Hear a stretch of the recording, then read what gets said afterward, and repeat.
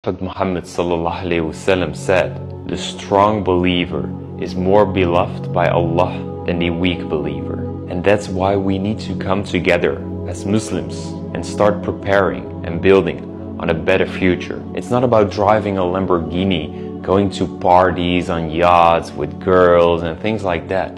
No, all of that means nothing on the day of judgment. It's about being able to take care of your family, earn a halal income. Salman Al-Farisi adalah seorang pemuda asal Isfahan, Persia. Sejak kecil, ia dibesarkan dalam agama Majusi dan bertugas sebagai penjaga api. Namun takdir membawanya ke jalan yang berbeda. Hingga suatu hari ia melihat sekelompok Nasrani yang sedang beribadah di gereja. Ia pun merasa agama mereka lebih baik dibandingkan agama Majusi yang ia anut. Rasa penasaran itu membawanya untuk mempelajari ajaran mereka lebih dalam. Ia pun melanjutkan perjalanannya ke Syam, pusat ajaran Nasrani pada masa itu, dan berguru pada seorang pendeta saleh. Namun beberapa tahun belajar, pendeta itu wafat. Ia pun melanjutkan ke pendeta di berbagai kota, dari Mosul, Nisibis hingga Amuria, untuk mencari jawaban atas hatinya yang gelisah. Namun suatu hari pendeta tua di Amuria memberinya pesan, "Wahai anakku, telah tiba masanya. Sudah diutus seorang nabi dengan risalah Ibrahim. Dia akan hijrah ke suatu tempat yang ditumbuhi pohon kurma di antara dua batu hitam. Carilah dia. Ciri-cirinya, dia tidak akan menerima sedekah, tetapi menerima hadiah, dan di pundaknya ada tanda kenabian." Mendengar petunjuk itu, Salman merasa hatinya semakin yakin. Tanpa ragu, ia memulai perjalanan panjangnya. Setelah menerima wasiat dari sang guru, Salman Al-Farisi melanjutkan perjalanannya. Dan ketika melihat kafilah Bani Ka'ab dari Arab lewat, ia pun berkata, "Wahai Tuan, jika kalian bisa membawaku ke negeri Arab, aku akan memberikan sapi beserta semua hartaku." "Oke, baiklah, silakan naik." Namun di tengah perjalanan, para pedagang mengkhianati Salman. Mereka mengikatnya dan menjualnya sebagai budak di Wadi Al-Qura. Seorang Yahudi dari Bani Quraiza membeli Salman dan membawanya ke Yathrib, yang kelak dikenal sebagai Madinah. Setibanya di sana, Salman yang melihat banyak pepohonan kurma di antara dua gunung, seketika hatinya berdebar kencang. "Mungkinkah tempat ini yang dimaksudkan guruku itu?" Salman pun menjalani hari sebagai budak, mengurus kebun kurma milik majikannya. Suatu hari ketika Salman di atas pohon, keponakan majikannya datang dengan tergesa-gesa. "Paman, celakalah Bani Kailah. Mereka sedang berkumpul di Kuba. Orang yang mengaku Nabi telah tiba." Mendengar hal ini, Salman segera turun dan menghampirinya. "Apa yang engkau katakan tadi? Coba kamu ulangi." Seketika tuannya marah dan menampar Salman. "Apa urusanmu dengan hal ini? Lanjutkan pekerjaanmu." Salman pun kembali bekerja dan berharap pertemuan itu akan segera datang. Setelah mendengar kedatangan seorang nabi, Salman bergegas pergi ke Kuba dengan membawa beberapa makanan. Setibanya di sana, Salman menemui Nabi dan para sahabat dan berkata, "Permisi, aku dengar Anda seorang yang syaleh. Ini ada sedekah dariku." Nabi hanya tersenyum dan meminta para sahabat untuk memakannya. Melihat itu, Salman membatin. "Ini tanda pertama, beliau tidak makan sedekah." Beberapa hari kemudian, di saat Nabi berada di Madinah, Salman kembali datang dan berkata, "Kemarin, aku melihat Anda tidak makan sedekah. Ini ada hadiah sebagai penghormatanku." Beliau tersenyum dan mengajak para sahabat untuk makan bersama-sama. Salman pun tersenyum. "Ini tanda kedua, beliau menerima hadiah." Ia pun pulang dan menunggu kesempatan untuk tanda terakhir. Suatu hari, ketika Salman mendengar Nabi sedang berada di Baqi, ia segera ke sana dan berharap bisa melihat tanda kenabian. Di sana, setelah mengucapkan salam, Salman mendekati Nabi dari belakang. Nabi yang menyadari niat Salman, lantas menurunkan sorban yang menutupi punggungnya. Salman yang melihat tanda kenabian, seketika menangis dan memeluk Nabi. "Perjalanan dan pencarianku telah berakhir, ya Rasulullah." Ali bin Abi Thalib pernah berkata, "Jauhilah 7 perkara, maka tubuhmu akan terasa nyaman dan hatimu akan terasa tenang." Pertama, jangan meratapi masa lalu. Betapa ruginya seseorang menghabiskan hidupnya hanya untuk meratapi sesuatu yang telah berlalu. Kedua, jangan memikirkan sesuatu yang belum tentu terjadi, karena hal itu akan menimbulkan kekhawatiran, depresi, dan stres. Ketiga, jangan menghina orang lain, berkacalah pada diri sendiri sebelum menghina orang lain. Keempat, jangan meminta balasan karena hal itu sama saja akan menjatuhkan kehormatan dan harga diri. Kelima, jangan tamak karena sifat tamak akan menghalalkan segala cara agar mendapatkan yang ia mau. Keenam, jangan marah kepada orang yang terlihat tenang karena hal itu sama saja membangunkan singa dari tidurnya.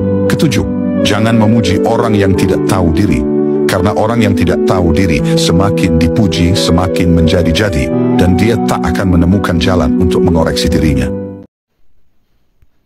Di hari kiamat, siapa yang paling banyak sholawat atau Rasulullah? Nanti yang paling berhak denganku di hari kiamat, siapa yang paling banyak sholawat kepada baginda Nabi Muhammad? Saudara, jangan pernah Anda berpikir Sholawat Anda bertepuk sebelah tangan pada hari ini, saudara. Rasulullah sendiri yang mengatakan dalam hadisnya yang diriwayatkan Sayyidina Hasan ibn Ali bin Abi Talib, "Ainama kuntum fasallu alayya fa inna salatakum tablughuni." Dimanapun kalian, sholawatlah kepadaku karena sholawat kalian sampai kepadaku, kata Nabi Muhammad. Bahkan saudara, Al-Imam As-Sakhawi dalam kitabnya Al-Qaulul Badi' fi Salati 'ala Al-Habib Asy-Syafi', beliau meriwayatkan satu hadis. Hadis ini harus jadi renungan kita untuk salawat, saudara. Apa isi hadisnya? Di hadis tersebut disebutkan bahwasanya Allah menciptakan satu malaikat, saudara. Malaikat ini tugasnya khusus untuk mendengarkan siapa dari umat Nabi yang sholawat, saudara. Setiap ada umat Nabi yang sholawat, dilaporkan ke Rasulullah, "Ya Rasulullah, fulan ibn fulan yusallim alaik." Dilaporkan, "Ya Rasulullah, redaksinya seperti ini, fulan ibn fulan, fulan ibn fulan sholawat kepadamu ya Rasulullah. Nama anda, nama ayah anda, setiap sholawat disebutkan depan Nabi Muhammad." Itu kalau satu di absen depan Rasulullah. Bagaimana kalau 5 kali? Bagaimana kalau 10 kali? Bagaimana kalau 100 kali? Bagaimana kalau 1000 kali, saudara? Apa nggak dikenal sama Rasulullah? Saya teringat satu hadis dalam Sahih Muslim. Rasulullah mengatakan dalam Sahih Muslim, "Inni la a'rifu hajaran di Makkah kanat tusallimu alayya qabla an ub'ats. Inni la a'rifuhu al-an." Kata Rasulullah, setelah Rasulullah diutus, setelah Rasulullah hijrah, kata Rasulullah, "Aku ingat ada satu batu di Makkah."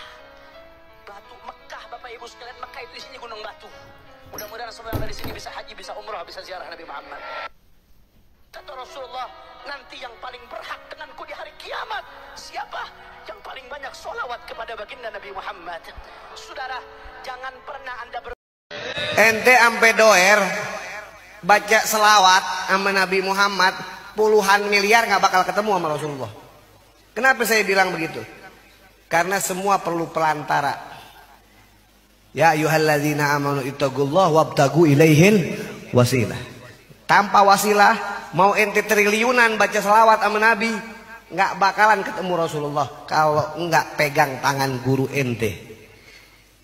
Tangan guru ente yang bakalan besok bawa ke depan Nabi besar Maulana Muhammad. Jadi jangan entengin. Wah, saya mencukup selawat 1.000.000 kali, nggak perlu guru. Ingat, ente nggak kenal besok siapa Nabi Muhammad, dan Nabi Muhammad nggak bakal kenal ente, walaupun ente selawat.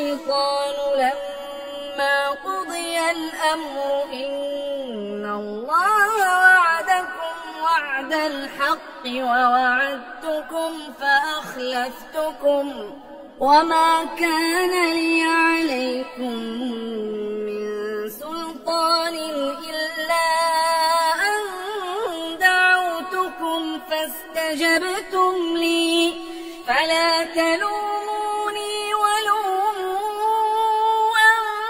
أنفسكم ما أنا بمصرخكم وما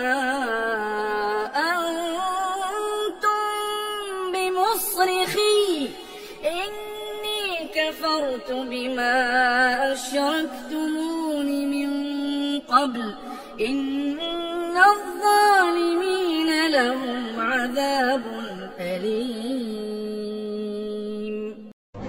Ketika ada seorang istri berkata, "Kenapa aku tidak bisa hidup bahagia seperti para istri-istri yang lainnya?" Maka ketahuilah, di saat itu pula iblis tertawa dengan bangga, sebab ia telah berhasil mengubah cara pandang istri terhadap suaminya. Ketika istri sudah merasa salah memilih pasangan, maka egoisnya akan memuncak.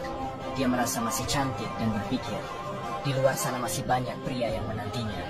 Mulailah ia merendahkan dan menyepelekan suaminya. Sungguh konsep ini hanya diterapkan bagi wanita yang kekurangan akhlak. Jika ia tidak berhasil menjalani ujian, lalu dengan mengganti pasangan kemudian ujian berakhir. Tidak. Ujian berupa pasangan hidup akan kamu hadapi di pasangan berikutnya.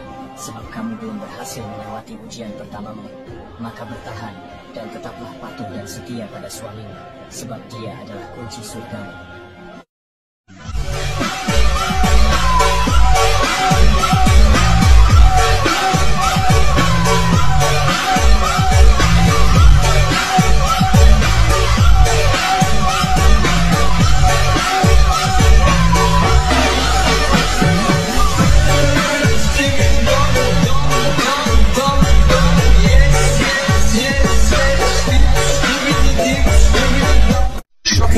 facts about Los Angeles wildfire right now. 1. Over 29,000 acres have burned already. That's bigger than 20,000 football fields combined. 2. The fires are still 0% under control. Hurricane force winds keep making them bigger and more dangerous. 3.